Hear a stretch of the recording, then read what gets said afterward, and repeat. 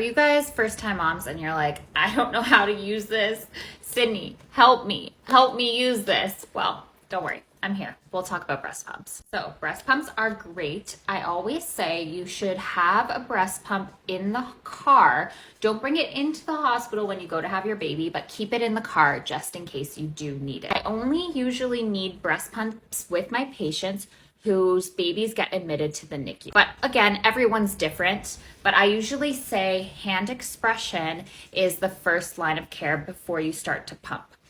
Hand expression is pretty easy. The reason why we do it before pumping is because you actually get more milk in those first 24 to 48 hours postpartum. After that, once your milk starts to come in and you don't have the colostrum, then you're gonna wanna switch to a pump like this one. This one's the one from Mom Cozy, but there's other great ones out there. Medela is a really great one. You can also get hospital grade pumps if you are struggling with milk production. Those ones are a little bit stronger, so they have a stronger suck, whereas the ones like this one are really good because they're wireless, and you can go about your day normally, but the ones like the Medela have to be plugged into the wall. They are a little bit stronger, but if you're not having problems with your milk production, then I would say this one is a great option, especially if it's your second, third, fourth baby.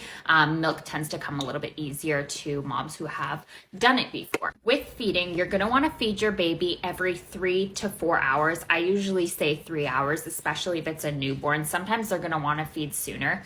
If your baby is in the NICU and you're not able to feed the baby, you're gonna wanna still stimulate both breasts equally like the baby would have been feeding.